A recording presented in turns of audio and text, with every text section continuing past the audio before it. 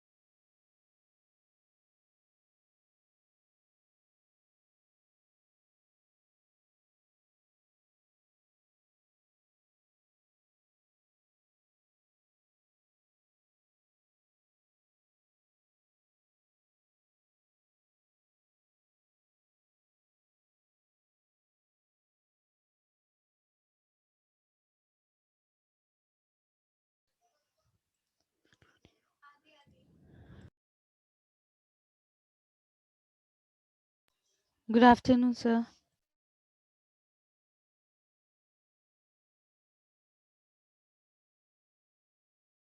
Good afternoon, sir.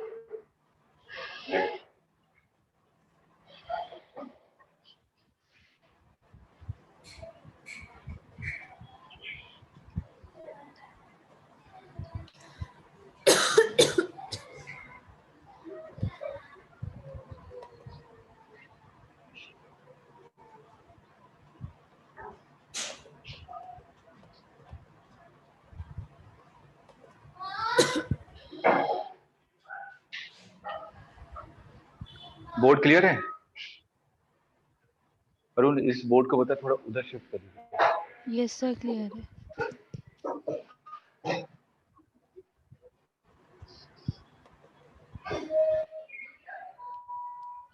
हाँ, पूरा shift कर दीजिए। और हो गया। कीजिए, इधर कीजिए थोड़ा सा। हाँ, रख दीजिए, नीचे रख दीजिए।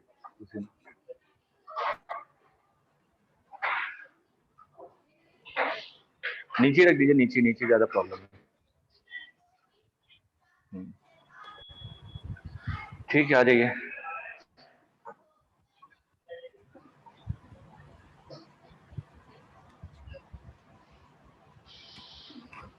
कहाँ तक करवा दिया था? सर इक्विलिब्रियम पे बेस्ड क्वेश्चन करा दिए थे. आज एसएचएम पे बेस्ड कराने थे. अच्छा, तो देखिए, मैंने कहा कि दो चार्ज पार्टिकल हैं आपके पास, Q और Q। तीन तरीके के आपके इक्विलिब्रियम होते हैं। वर्क पावर एनर्जी में बताया था, ये मैंने कहा ए पोजीशन है, ये बी पोजीशन है और ये सी पोजीशन है। तो अगर मैं इसको यहाँ से थोड़ा सा डिस्टर्ब करूँ इनिशियल पोजीशन से, तो ये वापस अपनी पोजीशन पे आ पाएगा? नहीं। तो ये कौन सा है? Unstable equilibrium.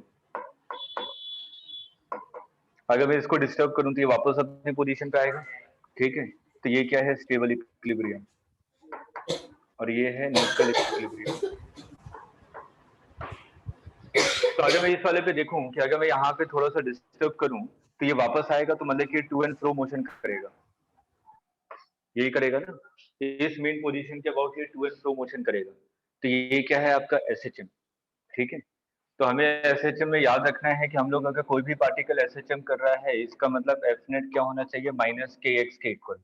अगर ये कंडीशन सेटिस्फाई हो रही है, इसका मतलब पार्टिकल एसएचएम करेगा, अदरवाइज पार्टिकल एसएचएम नहीं करेगा। जिस डायरेक्शन में आपने पार्टिकल को डिस्प्लेसमेंट दिया है वो डायरेक्शन क्या है, पॉजिटिव है, ठीक है। अगर मैंने पार्टिकल को इस डायरेक्शन में डिस्प्लेसमेंट दिया है तो ये वाला डायरेक्शन क्या है आपका, पॉजिटिव। तो पार्टिकल क्या करेगा, इस पे नीचे की तरफ फोर्स लगेगा, तो ये क्या करेगा, एसएचएम करेगा, ठीक है। चलिए इसको नोट कर लीजिए, तो उसके बाद फिर हम लोग इस पे आते हैं इलेक्ट्रोस्टैट पे।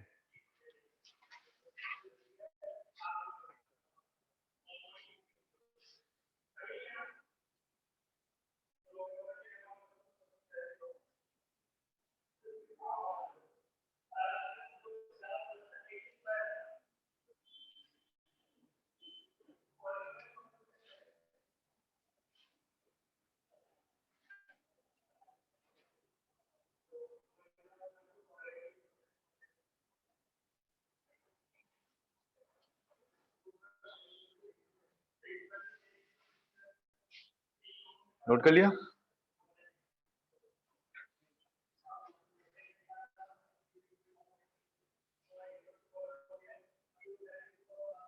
तो देखिए दो चार्ज पार्टिकल हैं, मैंने कहा कि इन दोनों के बीच की डिस्टेंस कितनी है, 2l, और एक चार्ज पार्टिकल कैपिटल क्यू यहाँ पे रखा हुआ है, बिल्कुल सेंटर पे, ठीक।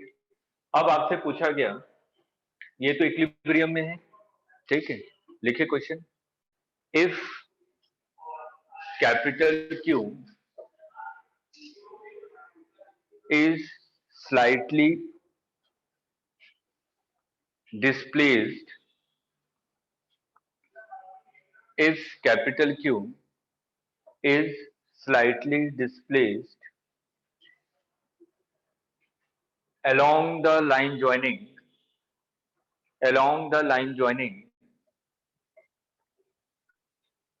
then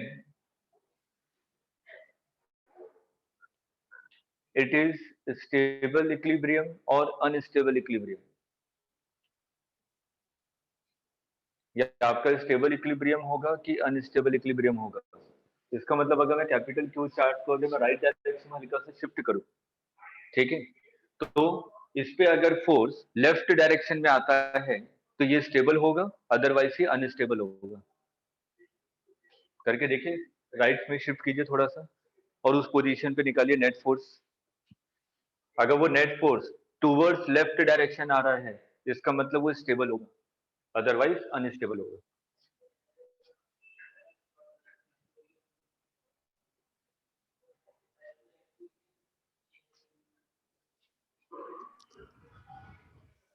stable. स्टेबल है। अगर स्टेबल है तो आपको टाइम पीरियड फाइंड आउट करना है, find time period of oscillation, find time period of oscillation.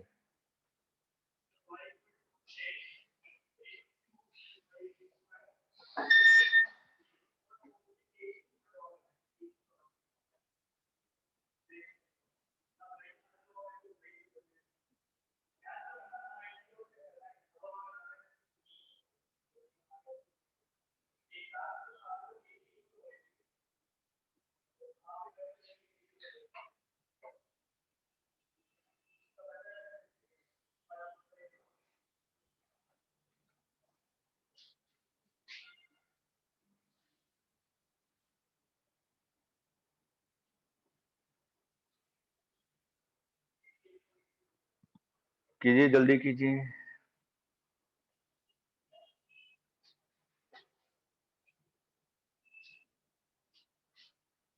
Sir √2 12/6।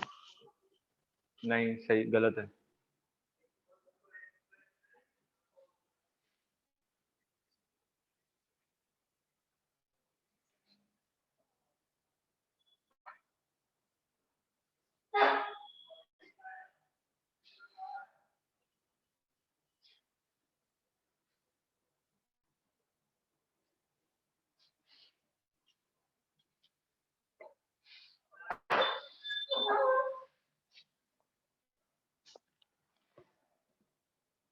मान लीजिए इसको मैंने x डिस्प्लेस किया, इस पोजीशन पे आ गया,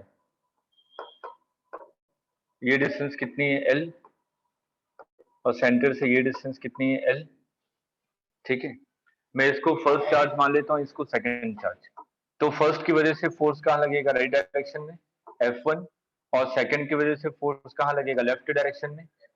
तो अगर मैं नेट फोर्स लिखूं तो एफ नेट कितना हो जाएगा, राइट डायरेक्शन आपका पॉजिटिव है क्योंकि पार्टिकल को आपने राइट डायरेक्शन में शिफ्ट किया है, तो राइट डायरेक्शन में फोर्स कौन सा है, F1, और लेफ्ट डायरेक्शन में फोर्स कितना है, F2। तो नेट फोर्स कितना हो जाएगा, F1 माइनस F2। F1 की वैल्यू कितनी हो जाएगी, K Q1 Q2 divided by R square, Q और L plus X, minus K Q1 Q2 divided by L minus X का होल स्क्वायर, ठीक है। अब यहाँ पे देखिए कॉमन क्या आ रहा है, K small q capital Q common है, ये हो जाएगा 1/L प्लस एक्स का whole square minus 1/L minus X का होल स्क्वायर।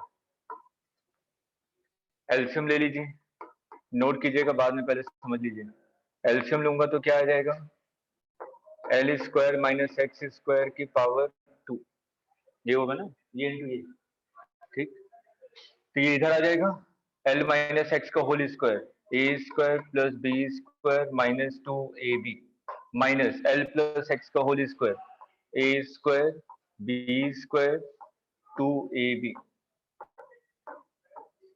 तो देखिए L square X square cancel हो गया, तो यहाँ पे आपको क्या मिला, minus 4KQ capital Q divided by L square minus X square की power 2 into L into X, यही होगा। अब मैंने क्या किया था, जब भी हम लोग ऑसिलेशन करते हैं तो स्मॉल डिस्प्लेसमेंट देते हैं, तो x is very very less in comparison to L, small displacement दिया था अपने पार्टिकल को।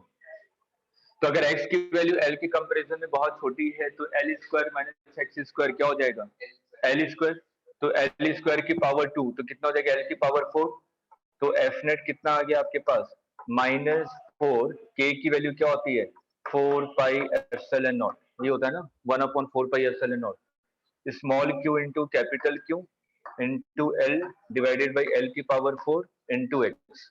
तो देखिए ये कितना आ गया, ये 4 कैंसिल हो गया, minus Q divided by pi epsilon not L cube, एक L कैंसिल हो जाएगा, यहाँ से 3 आ जाएगा इंटू एक्स, ये एफ नेट आ गया।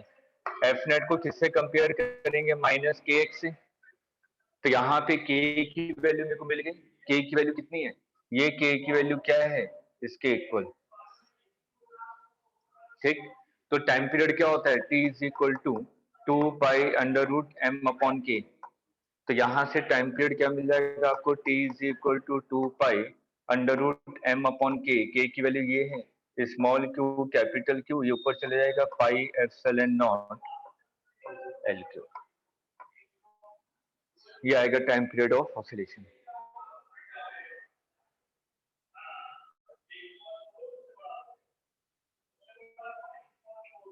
नोट कीजिए।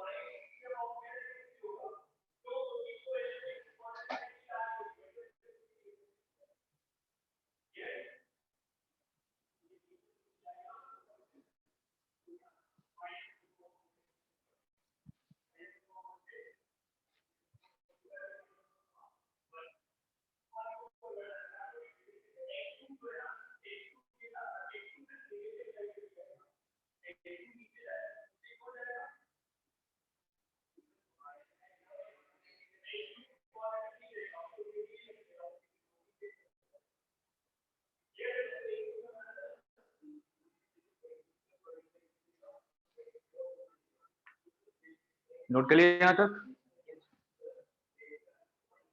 Yes sir.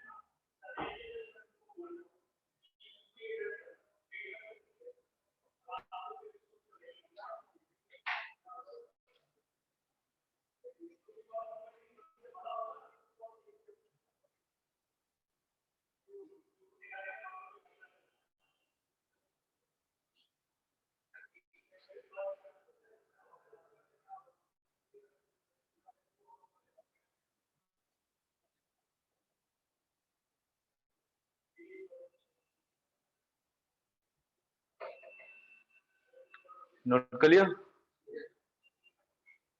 Yes sir. देखिए नेक्स्ट क्वेश्चन। मैंने कहा दो चार्ज पार्टिकल हैं, स्मॉल क्यू, दोनों के बीच के डिस्टेंस 2 है। सेम मिड पॉइंट पे आपने क्या रखा है, कैपिटल क्यू को। ठीक है, लिखिए if capital Q is slightly displaced along the perpendicular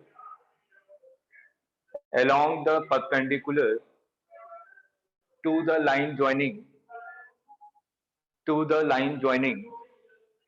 then is it stable or unstable equilibrium? अब हमने क्या किया, इससे पहले क्वेश्चन में क्या किया था, Q को मैंने along the axis मूव किया था। अब मैं क्या कर रहा हूं, Q को इसके परपेंडिकुलर डायरेक्शन में मूव कर रहा हूं। देखिए क्या होगा, नेट फोर्स निकालिए Q को स्लाइटली डिस्प्लेस करने के बाद।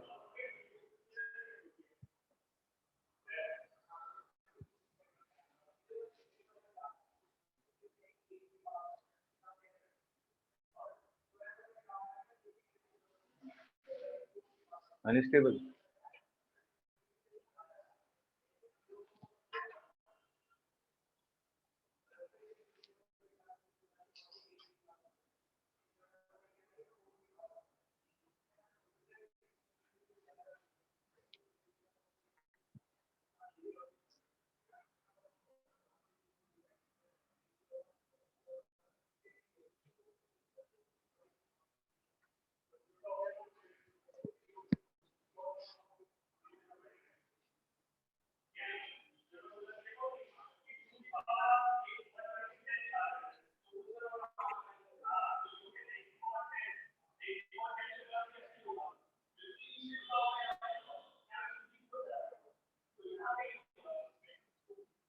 सर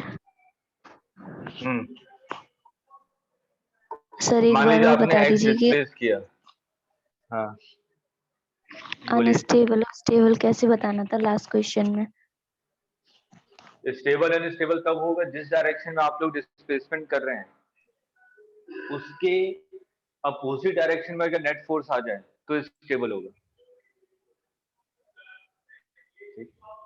मैंने क्या किया, पार्टिकल को ऊपर की तरफ डिस्प्लेस कर दिया, तो मैंने कहा यहाँ आ गया, तो इस वाले क्यू के कारण जो फोर्स आएगा वो कहाँ आएगा, इस डायरेक्शन में, और इस वाले क्यू के कारण फोर्स कहाँ आएगा, इस डायरेक्शन में। तो आपने कहा कि ये थीटा है, तो ये भी थीटा होगा क्योंकि मिड पॉइंट से है, तो ये भी थीटा, ये भी थीटा। तो इसके दो कंपोनेंट, एक कंपोनेंट इधर आएगा एफ साइन थीटा और एक कंपोनेंट इधर आएगा एफ साइन थीटा। तो ये तो कैंसिल हो गए, एक इधर कंपोनेंट आएगा एफ कॉस थीटा, इसका भी आएगा ऊपर एफ कॉस थीटा, तो ये कितना आ जाएगा 2f कॉस थीटा। ठीक है, तो यहाँ पे देखिए इस वाले पार्टिकल पे जो नेट फोर्स लग रहा है वो किस डायरेक्शन में लग रहा है, ऊपर की तरफ, और हमने डिस्प्लेसमेंट भी कहाँ दिया था, ऊपर की तरफ। तो ये पार्टिकल को उसी पोजीशन पे लेकर आएगा वापस के और दूर ले जाएगा, इसलिए क्या है, अनस्टेबल इक्विलिब्रियम।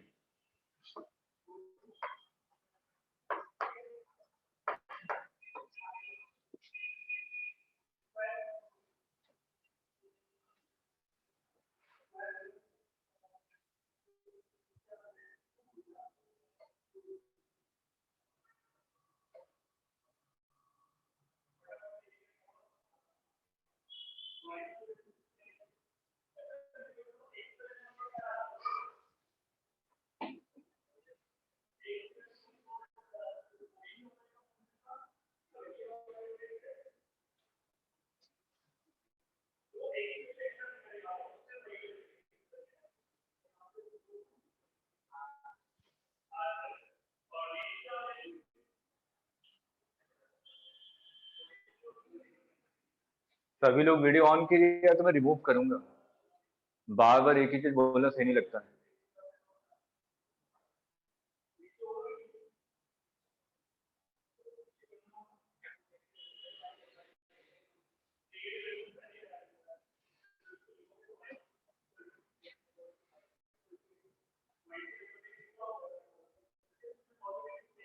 यही सेम क्वेश्चन है, लेकिन कैपिटल क्यू की जगह क्या है, माइनस क्यू। कैपिटल क्यू की जगह क्या है, माइनस क्यू। सेम क्वेश्चन है। कीजिए दूसरा क्वेश्चन। कैपिटल क्यू की जगह माइनस कैपिटल क्यू है और सेम क्वेश्चन है।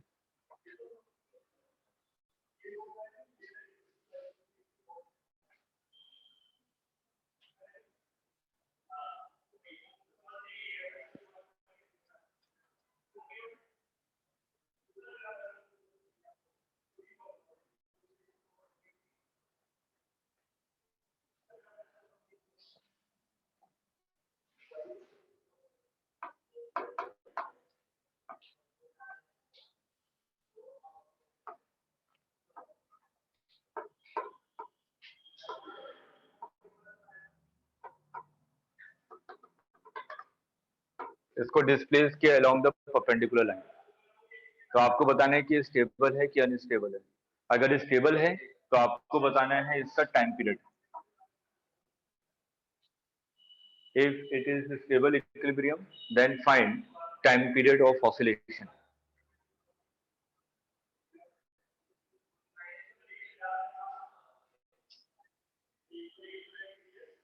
सर ये स्टेबल है। हाँ, तो टाइम पीरियड निकालिए।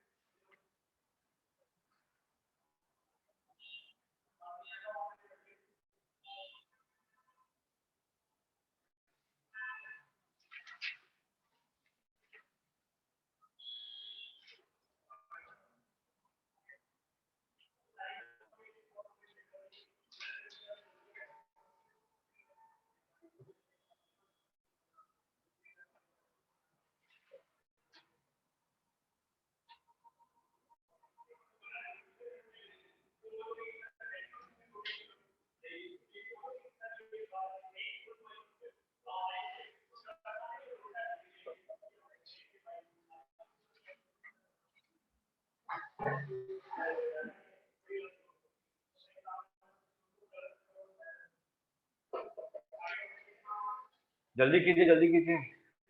सिंपल क्वेश्चन है, उसी तरीके से जैसे भी थोड़ी पहले क्वेश्चन किया था। नेट फोर्स निकालिए और नेट फोर्स को माइनस के एक्स के साथ कंपेयर कर दीजिए।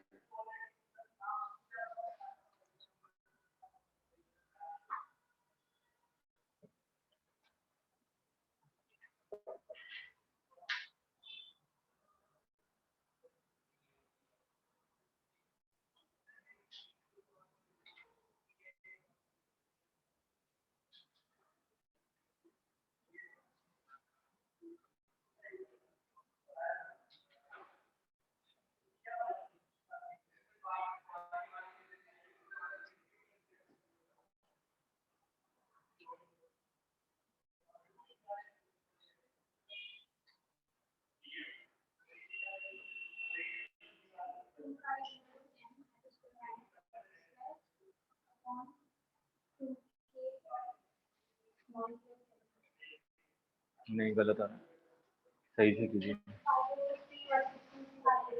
हाँ, वो तो सही है, लेकिन आंसर सही नहीं आ रहा ना।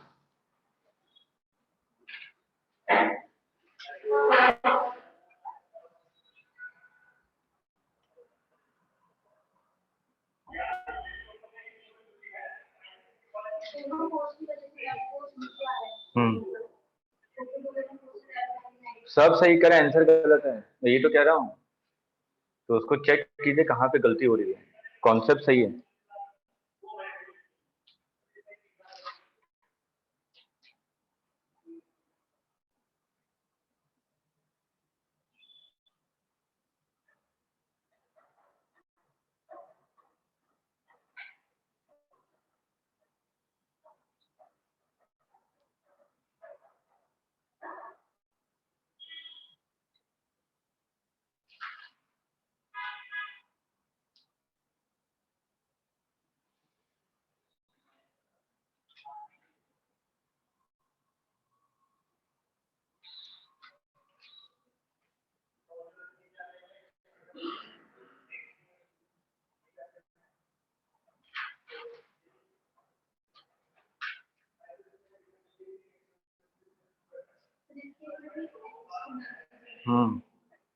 एक्स तो नेग्लिजिबल करना ही पड़ेगा।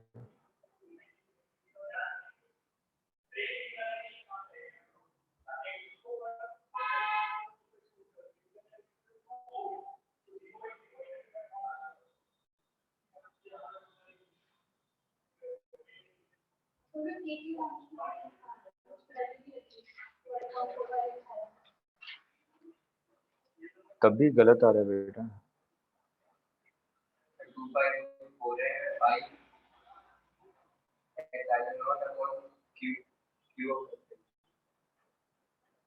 शायद ऐसा कुछ आएगा।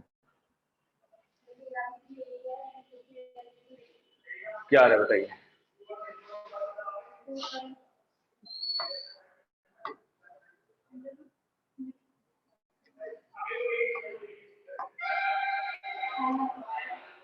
एम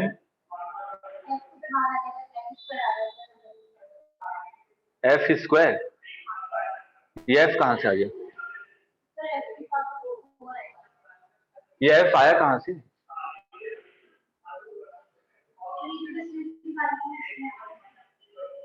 अरे एफ की कुछ वैल्यू होगी ना, ये एफ कहां से आ गया? देखिए यहाँ पे आपने हल्का सा स्मॉल डिस्प्लेसमेंट एक्स किया, पार्टिकल यहाँ आ गया माइनस क्यू चार्ज। तो ये वाला पार्टिकल क्या करेगा? इसको अट्रैक्ट करेगा। ये वाला पार्टिकल भी इसको क्या करेगा? अट्रैक्ट करेगा। आपने कहा कि ये एंगल थीटा है, तो ये भी थीटा होगा। तो इसका कंपोनेंट इस डायरेक्शन में एफ साइन थीटा, और इसका कंपोनेंट इस डायरेक्शन में एफ साइन थीटा। तो ये दोनों तो कैंसिल हो जाएंगे एक दूसरे को। एक किसका एक कंपोनेंट इधर आएगा एफ कॉस थीटा, इसका कंपोनेंट इधर आएगा एफ कॉस थीटा। तो रिजल्टेंट कंपोनेंट इस डायरेक्शन में कितना हो जाएगा? 2f cos theta.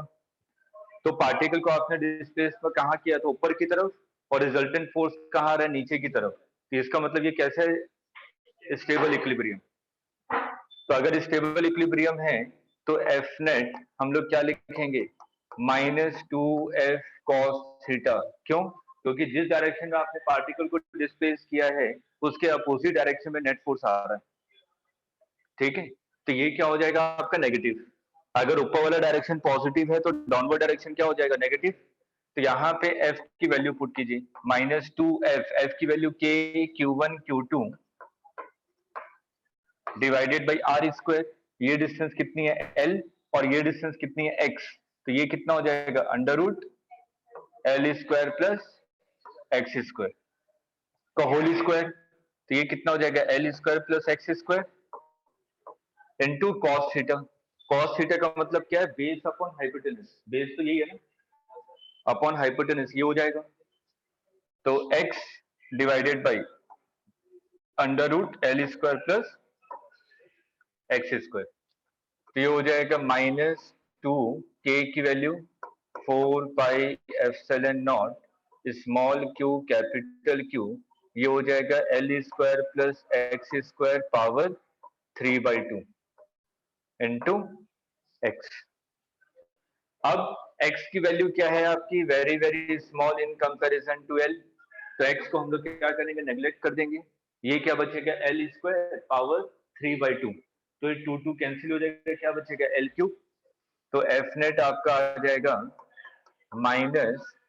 -q divided बाई 2πε0 l क्यूब इंटू एक्स। इसको किसके साथ कंपेयर करेंगे? -kx के साथ। तो k की वैल्यू क्या आ रही है? ये। तो हमारा टाइम पीरियड क्या होता है? t is equal to 2π√m/k, और k की वैल्यू क्या है? q into capital Q। 2 ऊपर चला जाएगा, πε0 l क्यूब। ये आंसर। ठीक है, चलिए नोट कीजिए।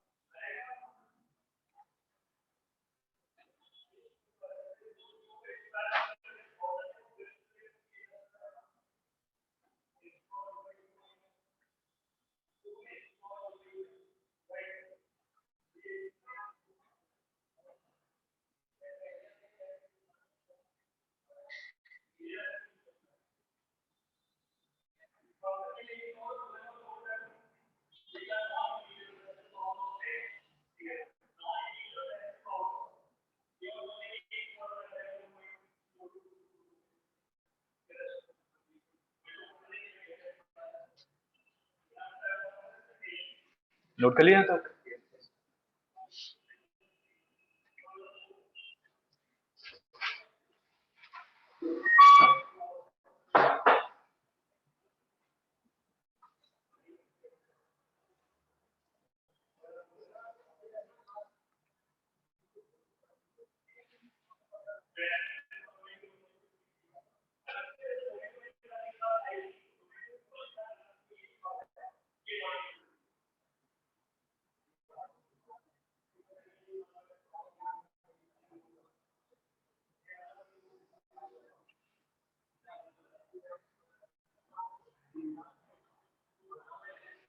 हो गया? चलिए नेक्स्ट क्वेश्चन।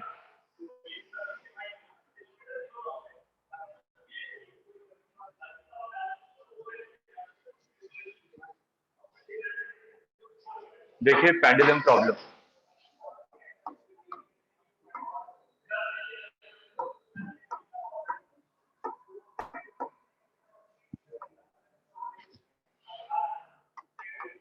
दो स्ट्रिंग है, दोनों की लेंथ L है, इसका मास M, इस पे चार्ज Q, इसका भी लेंथ L, इसका मास M, चार्ज Q, तो दोनों एक दूसरे को रिपेल करेंगे ना। yes, तो रिपेल करके किसी इक्विलिब्रियम पोजीशन पे पहुंच गए, ठीक है। तो मेरे से बोला गया कि इसका एफबीडी बनाने के लिए, तो अगर मैं इसका एफबीडी बनाऊं तो इस वाले पे क्या फोर्स लगेगा? इलेक्ट्रोस्टैटिक फोर्स इधर की तरफ, yes ठीक, sir, और एक नीचे की तरफ क्या लगेगा? mg, mg। इस स्ट्रिंग में क्या लग रहा होगा? टेंशन। tension, ये थीटा है तो ये भी थीटा, ये कंपोनेंट कितना हो जाएगा? t cos थीटा, और ये कंपोनेंट कितना हो जाएगा? t sin theta. अगर ये इक्विलिब्रियम में है तो क्या हो जाएगा? t cos थीटा किसके इक्वल होना चाहिए? mg के इक्वल, और fe किसके इक्वल होना चाहिए? t sin थीटा के इक्वल। तो आपने लिखा t sin theta is equal to fe और t cos theta is equal to mg। अगर मैं यहाँ पे इन दोनों के बीच के डिस्टेंस के बारे में बात करूं तो आपने कहा इन दोनों के बीच की डिस्टेंस कितनी है? r। अगर ये l है तो ये डिस्टेंस कितनी हो जाएगी? l L sin sin theta. theta, तो r की वैल्यू कितनी हो जाएगी? 2l sin theta. तो Fe इलेक्ट्रोस्टैटिक फोर्स और repulsion K Q1 Q2 divided by r square. तो हमने सिंपल एफबीडी बनाया कि जो भी अननोन पैरामीटर होंगे हम लोग यहाँ से इस इक्वेशन से निकाल लेंगे। नोट कीजिए, फिर क्वेश्चन करवा रहा हूँ।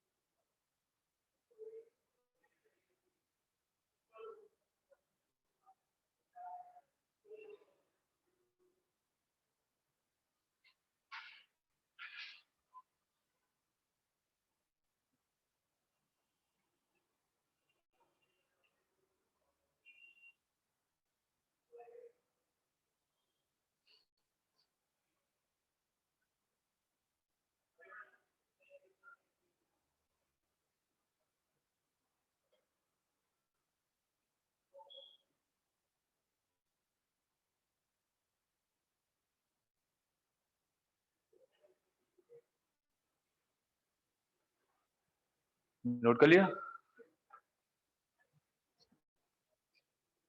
yes sir, जल्दी नोट कीजिए।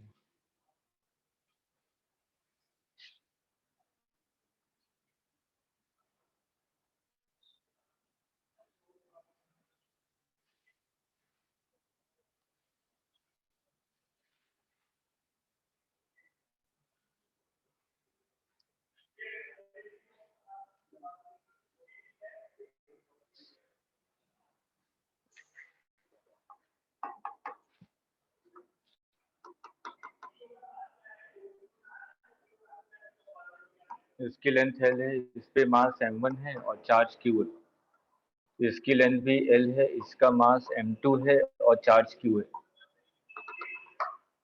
ये एंगल θ1 और ये एंगल θ2। तो आपको दिया हुआ है M1 is greater than M2, तो आपसे बोला गया θ1 is equal to θ2, θ1 is less than θ2, θ1 is greater than θ2, insufficient data.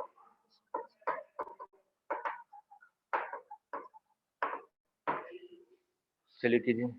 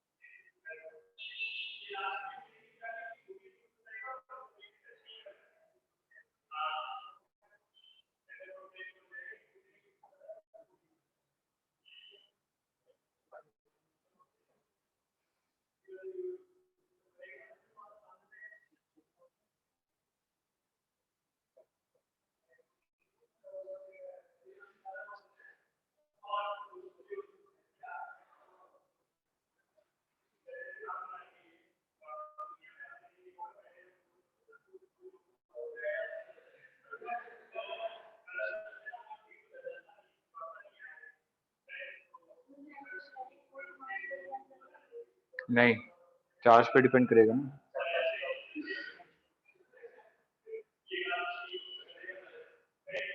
नहीं,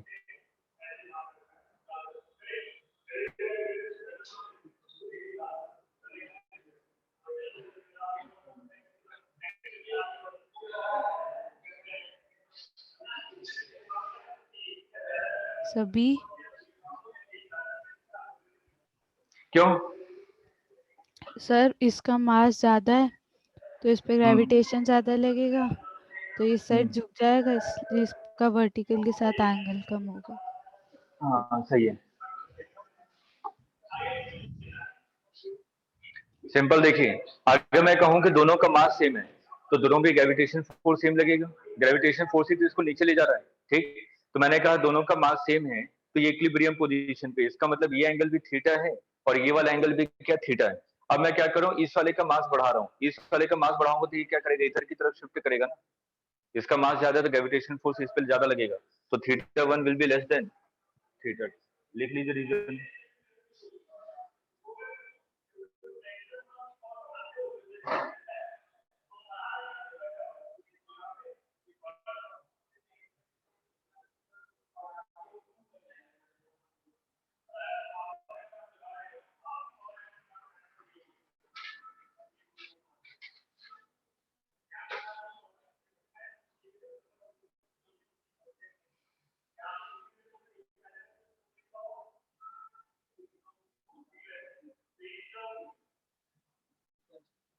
हो गया?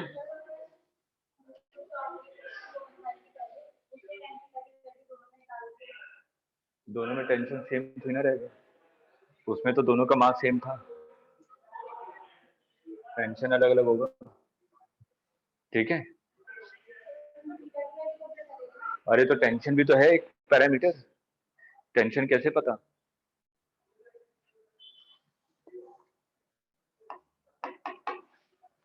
मैंने कहा एक सिस्टम है, ये एल लेंथ है, इसका मास m है, चार्ज q है। ये भी लेंथ l है, इसका मास m, चार्ज q है। ये एंगल थीटा, ये भी एंगल थीटा। अगर दोनों का मास सेम है तो थीटा थीटा सेम होगा। तो यहाँ पे बोला कि अगर थीटा की वैल्यू 45 डिग्री है तो सिस्टम क्या है, is in equilibrium, system equilibrium में है। अब बोला कि theta is equal to 60 degree कर दिया, ये 45 डिग्री था, अब मैंने इसको 60 डिग्री कर दिया तो अनस्टेबल हो जाएगा ना, ठीक है। अनस्टेबल होगा तो ये वापस स्टेबल होना चाहेगा तो नीचे मूव करेगा। तो आपसे बोला कि मैं जब 60 डिग्री पे ले जाने के बाद इसको अगर मैं रिलीज करूं तो ये नीचे की तरफ आएगा ना, तो कितने एक्सेलरेशन से आ रहा है? Theta is equal to 60 degree पे मैंने इसको रिलीज किया, फाइंड एक्सेलरेशन ऑफ एम मास।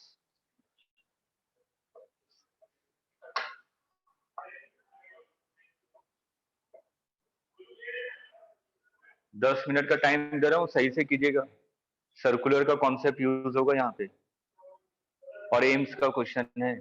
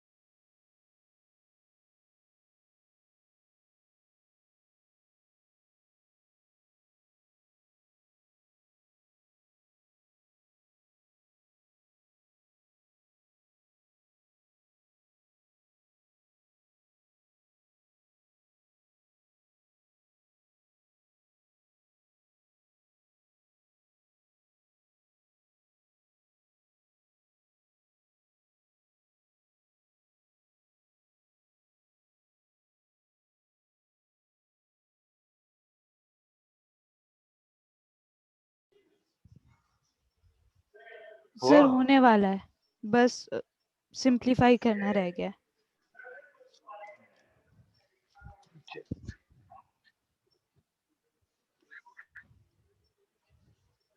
देखिए सबसे पहले जब ये आपका 45 डिग्री है तो ये कितना हो जाएगा L sin 45। L sin 45 का मतलब L upon root 2। Yes sir. तो ये डिस्टेंस कितनी हो जाएगी 2 into L by root 2। Root 2 से मल्टीप्लाई कर दीजिए ऊपर नीचे तो ये 2 2 कैंसिल हो जाएगा, ये आ जाएगा रूट 2L। ठीक है, हम लोग एलबीडी बना रहे हैं। ये क्या था 45 डिग्री पे ये इक्विलिब्रियम पोजीशन पे था। तो अगर इक्विलिब्रियम पोजीशन पे तो नेट फोर्स क्या होना चाहिए 0। तो आपने क्या किया इस पे नेट फोर्स एक इधर की तरफ क्या लगेगा इलेक्ट्रोस्टैटिक फोर्स, नीचे की तरफ mg और एक टेंशन। टेंशन का एक कंपोनेंट T cos 45 और ये कंपोनेंट कितना हो जाएगा T sin 45। ठीक है, अब देखिए यहाँ पे T sin 45 ऐसे के इक्वल है। T sin 45 is equal to Fe और T cos 45 is equal to mg। इन दोनों को डिवाइड करूं तो ये तो 1 हो जाएगा। Yes sir. एक लेफ्ट हैंड साइड में तो Fe इज इक्वल टू क्या आ जाएगा mg के इक्वल। ठीक है, और Fe की वैल्यू कितनी है k q1 q2 divided by r square. r की वैल्यू कितनी है रूट 2l तो मतलब कि 2l square is equal to mg। तो यहाँ पे आपने क्या लिखा k q square divided by l square is equal to 2mg। एक इक्वेशन ये बन गई। क्लियर यहाँ तक? Yes sir. नोट कीजिए पहले ये वाला।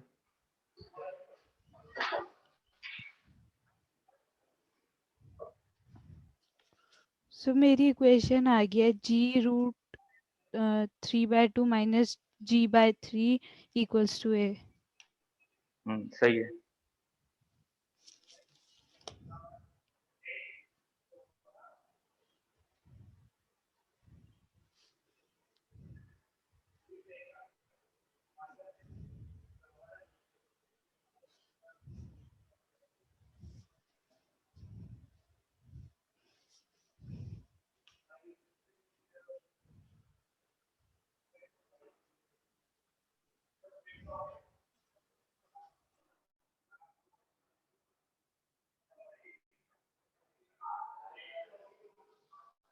नोट कर लिया?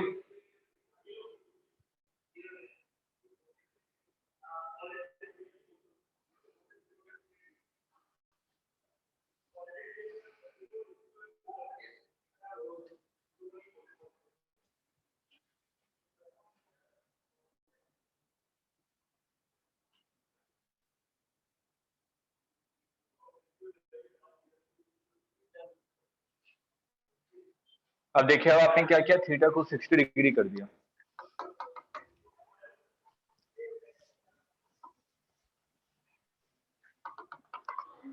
ये 60 डिग्री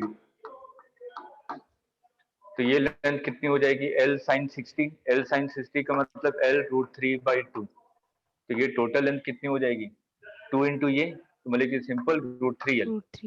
अब इस वाले पे अगर मैं देखूं तो इस वाले पे फोर्स एक किस डायरेक्शन में लग रहा है Fe, एक किस डायरेक्शन में लग रहा है टेंशन और एक नीचे लग रहा है आपका mg।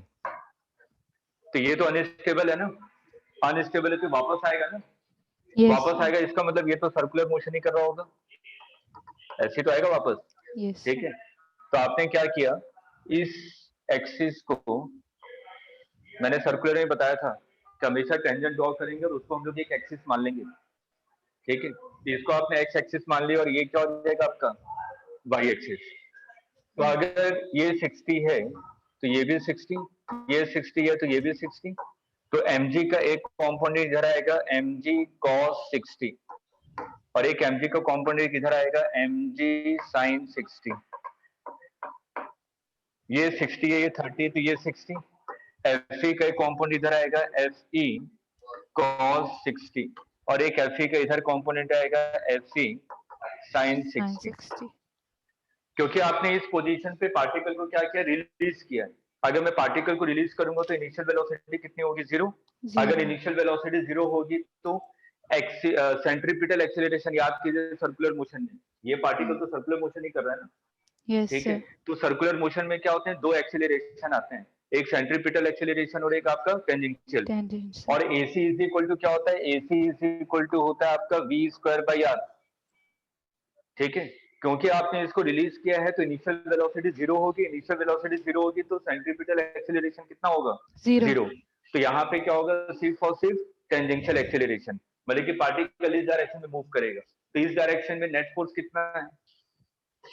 mg sin 60 minus fe cos 60 is equal to mass into acceleration, ठीक है।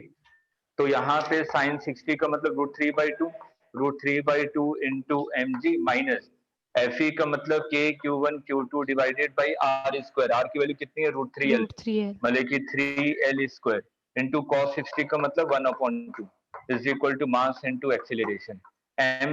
अभी रुक जाइए, ठीक है। kq² डिवाइडेड बाई l², अभी आपने निकाला था, इसकी वैल्यू कितनी आ रही थी? 2mg। तो यहाँ पे पुट कर दीजिए, तो √3/2 into 2mg divided by 3 into 2 is equal to mass into acceleration. 2 से 2 कैंसिल, m कॉमन लेके कैंसिल हो गया। तो यहाँ से एक्सीलरेशन की वैल्यू कितनी आ जाएगी? g common √3/2 minus 1/3। क्लियर है? Yes sir.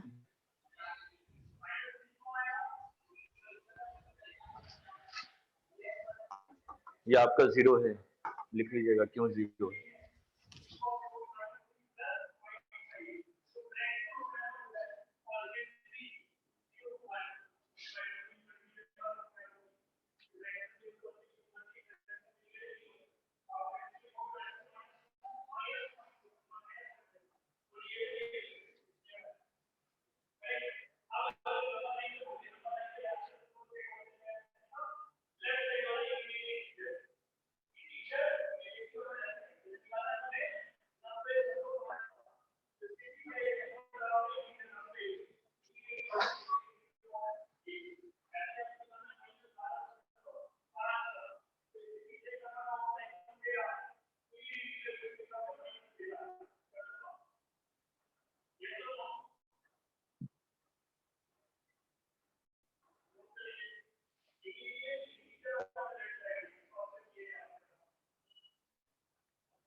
देखिए मैकेनिक से रिपीट हो रहा है जो हमने पढ़ा था, बस इलेक्ट्रोस्टैटिक को बस आपने थोड़ा सा ऐड कर लिया है, इलेक्ट्रोस्टैटिक फोर्स आ गया एक एक्स्ट्रा बस।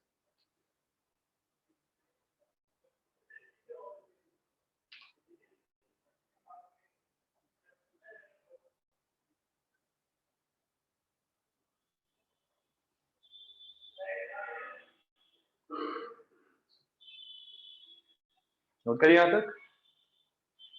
Yes sir.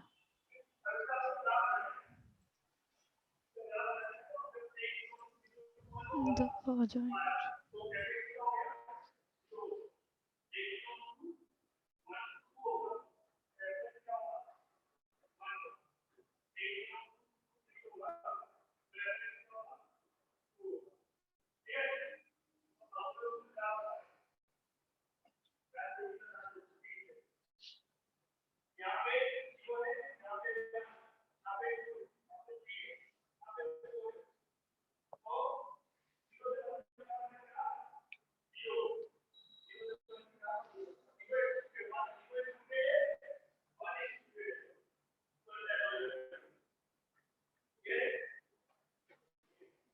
नोट कर लिया? ठीक है, तो आज यहीं तक। मंडे से हम लोग पूरे टाइम तक करेंगे और थोड़ी सी स्पीड बढ़ा दूंगा। बेसिक लगभग आपका खत्म हो चुका है, ठीक है। इसलिए एक बार थोड़ी सी सभी चीजों को रिवाइज कर लीजिए।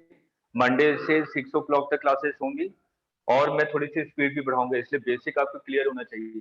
बेसिक 3 लेक्चर के तो मैंने पहले कहा था, इस वीक में आराम आराम से चलूंगा, ज्यादा देर नहीं पढ़ाऊंगा, ठीक है। तो मंडे से इसके आगे कल आप लोगों का टेस्ट है, हर एक सैटरडे को टेस्ट होगा और मेरे से कोई भी टॉपिक नहीं पूछेगा। 11th पूरी कंप्लीट हो चुकी है, ठीक है, इस चीज के ध्यान रखिएगा। मेरे को जब बताना होगा तब मैं बता दूंगा, लेकिन आपके दिमाग में होना चाहिए कि 11th कंप्लीट आ रहा है। ठीक है सर। तो वैसे अभी जो अभी कल का टॉपिक है वो 11th का सेकंड पोर्शन जो है आपका, जो heat and thermodynamics, waves, SHM, इसके क्वेश्चन ज्यादा हैं। शुरुआत के भी हैं लेकिन उसके क्वेश्चन कम है, सेकंड पार्ट के क्वेश्चन ज्यादा है। ठीक है, किसी का टेस्ट हो या ना हो, मैं पहले से आज ही बता दे रहा हूँ, हर एक सैटरडे फिजिक्स का टेस्ट होगा ही होगा, चाहे कुछ भी हो। जब नहीं होगा तो मैं पहले इन्फॉर्म कर दूंगा कि हाँ इस वीक में टेस्ट नहीं है, लेकिन फिजिक्स का टेस्ट होगा ही और 11th का पूरा कंप्लीट है। और जब मैं सिंगल सिंगल चैप्टर लूंगा तब मैं क्लास में बता दूंगा कि हाँ इस वीक ये वाला चैप्टर लेने वाला हूँ। और वैसे अगर 3-4 चैप्टर लेने होंगे तो मैं कोई चैप्टर डिक्लेयर नहीं कर दूंगा कि कौन सा चैप्टर आ रहा है। 11th पढ़ चुके हैं आप लोग पूरा। ठीक है, क्वेश्चन की प्रैक्टिस कीजिए। हो सकता है ये मत बोलिएगा सर मेरे को सिलेबस नहीं पता था इसलिए मेरा नहीं हो पाया। 11th पढ़ चुके हैं, बार बार कह रहा हूँ। नीट का पेपर देंगे तो वहां पे ये नहीं बोलेंगे कि मेरे को सिलेबस नहीं पता था, वो भी तो बोलेगा 11th और 12th पूरा पढ़ चुके हैं आप लोग, कंप्लीट है, कहीं से भी आ सकता है। हो सकता है कि इलेक्ट्रोस्टैट मतलब कि जो सेकंड पार्ट है 12th का उसमें से 80% दे दे, 20% 11th का दे दे। ठीक है, तो उसी तरीके से ध्यान में रखें 11th कंप्लीट हो चुका है तो हो सकता है कि सेकंड पोर्शन से ज्यादा क्वेश्चन हो, फर्स्ट पोर्शन से कम। ठीक है, तो कल के टेस्ट के लिए इस चीज को ध्यान में रखेगा। कल आपका टेस्ट होगा, शायद दूसरे टेस्ट ना हो रहे हो, मेरे को ऐसा कंफर्मेशन नहीं है, लेकिन फिजिक्स तो हो गई। ठीक है, okay sir, thank you. 45 question है। अगर सिर्फ और सिर्फ फिजिक्स हुआ तो 1 आवर 15 मिनट्स, अगर सिर्फ फिजिक्स हुआ तो 1 आवर 15 मिनट बहुत दे दिया। 45 मिनट 45 क्वेश्चन होने चाहिए। नीट में 180 क्वेश्चन 180 मिनट्स होते हैं। अगर 45 क्वेश्चन है तो 1 आवर 15 मिनट्स में दे रहा हूँ, अगर सिर्फ फिजिक्स हुआ तो। नहीं तो अगर पूरा कंप्लीट होगा तो है ही 3 घंटे का। हाँ, एसएचएम के जो भी आप लोगों के डाउट्स हैं, मैं आप लोगों का कल नहीं हो पाएगा कोई डाउट सेशन, इसलिए क्योंकि कल कोई फैकल्टी है नहीं। ठीक है, तो डाउट सेशन के लिए मैं एक टाइम फिक्स कर दूंगा, आपके टाइम टेबल में डाल दूंगा, तो जिसको जिस समय जो भी डाउट हो चैप्टर वाइज आप तो पूछते जाएगा। एसएचएम के डाउट मंडे ट्यूसडे में किसी एक दिन में फिक्स कर दूंगा आप लोगों को। ठीक सर है, कल हमारी एक्स्ट्रा क्लास है। कोई नहीं। क्लास नहीं, जो भी होगा वो भी अगले हफ्ते से, इस वीक में कोई नहीं है। यस, ठीक है, thank you sir. Okay, thank you sir, good day. Welcome, thank you.